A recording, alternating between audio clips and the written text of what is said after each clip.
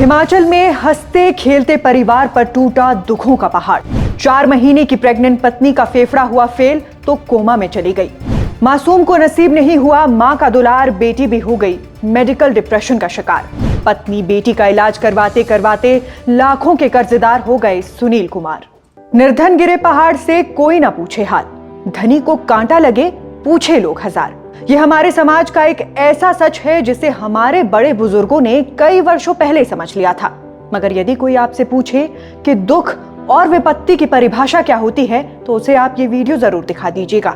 हिमाचल की चिंतपूर्णी विधानसभा के तहत आते चकसराय गांव के रहने वाले सुनील कुमार का विवाह आज से 11 साल पहले सूरी गांव की रेणु बाला के साथ हुआ था। शादी के बाद दोनों को एक बेटी भी हुई और उनका परिवार हंसी खुशी रहने लगा। मगर आगे चलकर जब रेणु बाला दोबारा से गर्भवती हुई तो मानो सुनील कुमार के हंसते खेलते परिवार को किसी की नजर ही लग गई। 4 महीने की गर्भवती रेणु को एक दिन अचानक से सांस लेने में दिक्कत आई और उसे क्षेत्रीय अस्पताल ऊना पहुंचाया गया। हालत वहां भी नहीं सुधरी तो आगे का इलाज कराने के लिए उन्हें पीजीआई ले जाया गया, जहां फेफड़ों के फेल होने के कारण रेणु कोमा में चली गई। कोमा के दौरान एक तरफ रेणु का इलाज चलता रहा और उनका मासूम बच्चा भी गर्भ में पलता रहा। कोमा में जाने के करीब 5 महीने के बाद पीजीआई में ही सिजेरियन डिलीवरी के जरिए रेणु ने एक बेटे को जन्म दिया। शुरुआत में तो सभी को इस बात का डर था कि बच्चा स्वस्थ होगा भी या नहीं, लेकिन ऊपर वाले की रहमत कुछ ऐसी रही कि बच्चा पूरी तरह से स्वस्थ जन्मा। मगर दुख तो इस बात का है कि कोमा में पड़ी मां की कोख से जन्म लेने वाले इस नन्हे बच्चे को ना तो मां का दुलार हासिल हुआ और ना ही मां का दूध नसीब हुआ। वहीं दूसरी ओर सुनील कुमार को दूसरा झटका तब लगा जब उनकी बड़ी बेटी अपनी मां की हालत को देखकर डिप्रेशन में चली गई। सुनील कुमार बताते हैं कि रेणु के बीमार होने से पहले माँ बेटी के बीच में बहुत प्यार था। हंसी खुशी के पलों में दोनों माँ बेटी खूब लाड प्यार करते और बातें किया करते थे। मगर आज स्थिति ये हो गई है कि पीजीआई चंडीगढ़ में ही माँ बेटी का इलाज साथ में चलता है। खैर, ये सब कुछ जब चल रहा था, इस दौरान सुनील कुमार को अपनी नौकरी से भी हाथ धोना पड़ गया। परिवार का मुखिया अपने परिवार को संभालते संभालते खुद लाखों रुपए के कर्जदार हो गया।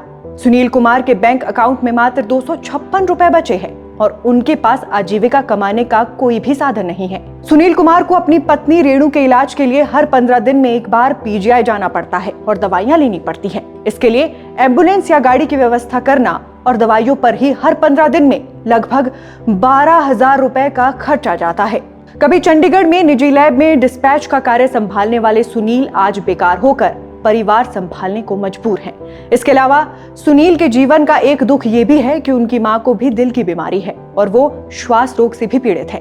कुल मिलाकर कहें तो आज स्थिति ये हो गई है कि अब तक अपने हित मित्र रिश्तेदारों से कर्ज लेकर अपनी पत्नी और बेटी का इलाज करवाने वाले सुनील कुमार आज पूरी तरह से कंगाल हो गए हैं और सरकार से मदद की गुहार लगा रहे हैं। मुख्यमंत्री कार्यालय की तरफ से सुनील कुमार की 35,000 रुपए की मदद भी की गई है, लेकिन वो मदद भी ऊंट के मुंह में जीरे के समान है।